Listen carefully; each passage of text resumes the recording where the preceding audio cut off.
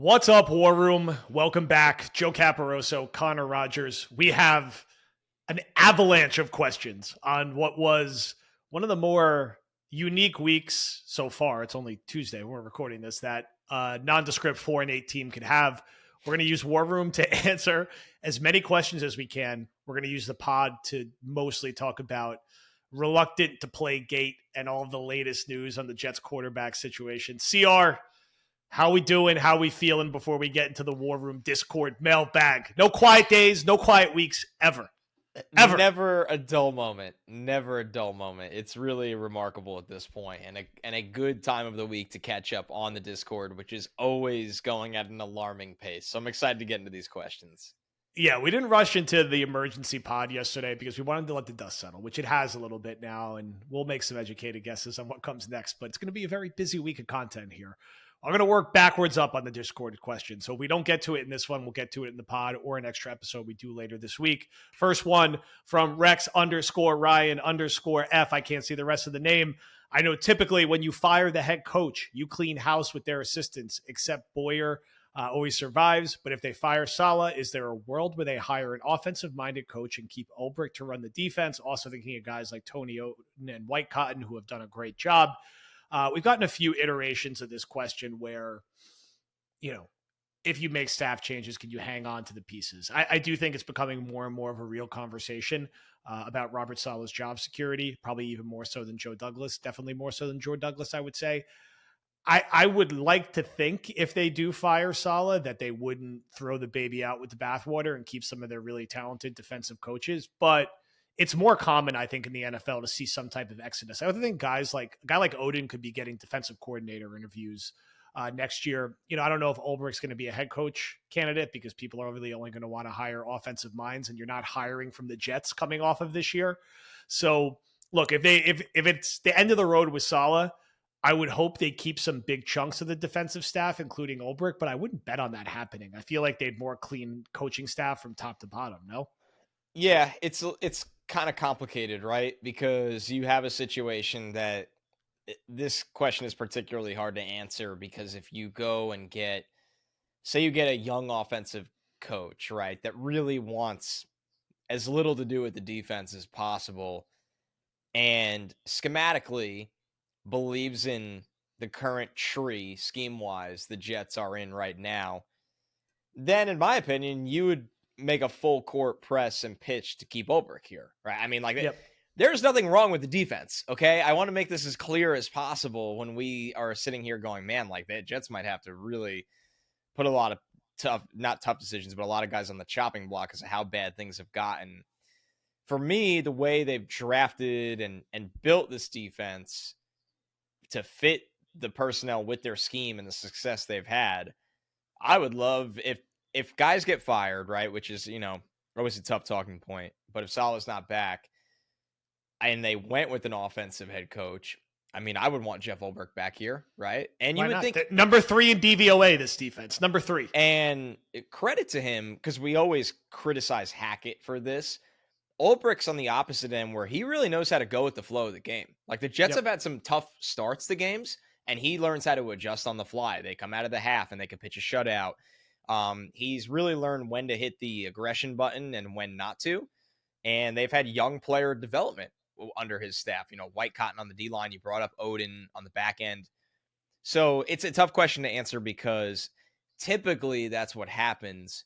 But I think the Jets are in a circumstance where I think about it like this as well. Aaron Rodgers is probably sitting there and going, I came here because I believed in your defense. Yep. Keep that defense together. And ultimately, to put a bow on all of this, the way we're talking about it is why I think Saleh's back, by the way, next year, because Rodgers is a confident enough guy. And whether you agree or disagree, that has nothing to do with any of this. Rodgers is a confident enough guy that when he sits down with Woody Johnson, you would think he's like, I'm going to get the offense right. Saleh and Ulbrich have lived up to their billing on the defensive side. And, we'll see how that plays out. But yeah, that's what makes a lot of this. It's a lot more complicated than just fire everybody. Yeah. He came here because he wanted to play with a strong, dynamic defense. And this defense is top 3 in DVOA, despite being set up to fail every single week. Right. Imagine them with a competent middle of the road offense who gets to play with the lead sometimes. That's always gets lost in the shuffle. Very good Like point. they are constantly put in a bad spot. So it's an important element of nuance here. I'm going to bundle these two and we'll hit them quick. From Dave69. I always thought the redshirt year for Zach was bullshit. The contract timeline didn't make any sense to me. Yep. Was this JD not admitting a bad pick to try to save face? And then from Mario C, who, if any, candidates for OC, if we move on from the offensive staff, Hackett, Downing, Carter, etc. Like who would be candidates for offensive coordinator if they effectively clean out? I'll say they don't have any internal candidates in my mind. Like Downing is not. I never. Well, let Downing call plays. Downing stinks too, so that's why they haven't made that move yet. I don't think Carter is anything to be overly excited about. Calabrese, like their offensive coaching staff is not good from top to bottom, and if they're going to make changes to the staff, they should clear out the entire thing and maybe give Hackett like a ceremonial job to keep Rodgers happy. If you're going external, it's tough. I mean, who's going to want to come here? They cut Bate on the floor after a couple of years, and he's doing just fine with that Rams team that everyone thought was going to be terrible. What guy are you going to get here? We've talked about how hard it is to recruit. You're going to have to get really creative and really forward thinking, finding positional coaches on smart offensive staffs or looking at the college ranks, I would say. So I'd be looking to teams who have overachieved this year offensively. Look at the Texans, look at the Colts, look at other teams who are putting points up. Could you get someone from the Miami staff with how creative they are with everything? That's where I'd be looking because you're not going to get the big sexy names that everyone wants. They're not coming here with how weird this situation is. And on the Zach stuff, we're going to talk a lot about Zach in the podcast. I think there's a money element here, and I also think there's a pride element here. There was no smart or good reason to keep Zach Wilson as the backup this year. His Jets career ended in the Jacksonville game last year. This is like a borrowed, stupid epilogue time that we're still here and we're still talking about this and it's still so front and center. So I can't give you a good reason. I think it was a mix of the two, a money thing and a misguided belief that they could still salvage something out of this number 2 overall pick. The most generous way I could describe it is the Jets were thinking that they could rehabilitate his value by leaking how great he looked in practice behind Rodgers and how much he learned and increase the return on what they trade for him next year compared to trading him right at the beginning of the year coming off a horrific season. And that certainly has not worked out. That's my 2 cents on it. Yeah, I think you nailed it. And I think that question was worded really, really well, where I look at it like this, right? It's, number one, the way it's worded is 100% right. I got to ask this question a lot on the radio when I would do radio this summer. I do the radio up in Buffalo a lot, and then obviously some national shows as well. And what I would get asked often was, is this it? Like, they're just going to keep Zach Wilson? Are we waiting for another shoe to drop? And it was one of the harder things to figure out because the answer was always yes, they are keeping Zach Wilson, but what is the real plan? Because it's easy to sit there and go, what you finished with, Joe, the hiding him and building up buzz. It's almost like remember when Mitch Trubisky went to the Bills and Trubisky got to sit behind Josh Allen and there was so much positive buzz about Trubisky getting that year off.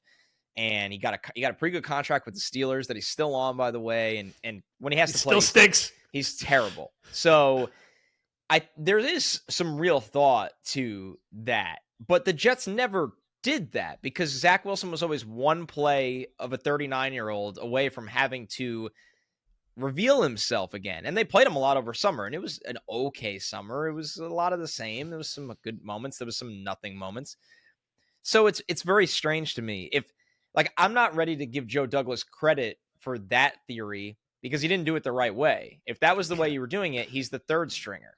So they didn't do that.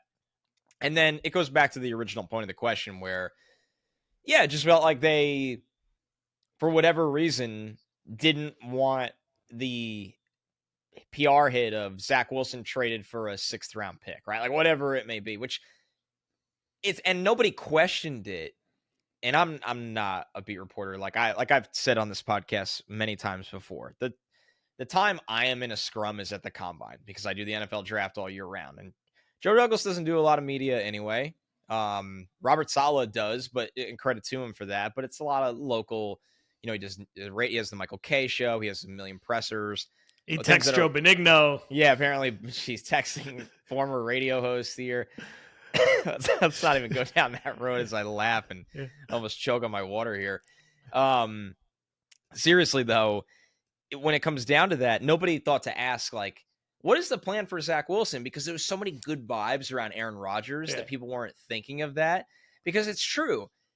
Say it all worked out for Zach. What was they were just going to pick up the 5th-year option, which is not cheap, by the way. What was really the plan here all along? And at the end of the day, it's a colossal miss. A lot of the questions we get, I've been coming back to this more often, don't assume the Jets have some big strategic vision. A lot. They don't. There's not some big like master plan. Like, and this is the case with a lot of NFL front offices, not all. There are good teams out there, but there's not this like master plan for everything. I mean, we get this a lot with McCagnon. He has a plan. Douglas, he has a plan. He's doing it the Baltimore that was John way. Idzik. Yeah, when John Idzik did nothing. Yeah, people would tweet hashtag Idzik's plan. Yeah, and he just wasn't getting any players. These dudes ping pong year to year and do whatever they can to keep their jobs. There was no master Joe Douglas plan. The plan was to like be bad and have Zach Wilson be good. The plan was a disaster. They did what they could to get Aaron Rodgers, and they had no plan B when that didn't work out, and that's why this year is a disaster. Hopefully it works out a little better next year. Good little pause for a quick nostalgia question from M. Bodine. God. Let's change up the vibes with some fun. Thank you. Did the Jets make the playoffs with Geno Smith in 2015? Was that development real enough to make him better than Fitz, but they got caught up in winning? This is a great question. And we actually did a whole episode in the initial 10-part docuseries on 2015 because it's such a fascinating year and missed opportunity for the Jets. I think you can make a very real case that if Geno doesn't get punched and just plays, like, yes, that would have been the case. They would have been a really good team. They would have had a good offense because of Marshall and Decker. And maybe Geno just kind of ends up being the guy as like the quarterback for like the next like 3 to 5 years. And maybe, Geno's regressed a little bit this year, but still pretty damn good, especially with how quarterback play has devolved around the league. And it's just one of those interesting like sliding door moments. I think there's a real world where Geno is pretty good in 2015. The Jets are still pretty good. And he's just like the quarterback from day one in 2016 and 2017. And maybe the Jets have like a little run of being like a Seattle level team who makes the wild card like they did last year and gets knocked out and it runs its course. But the way it played out, we'll never get to find out. But they're like, Geno came in one game that year against the Raiders and had a couple like really nice moments.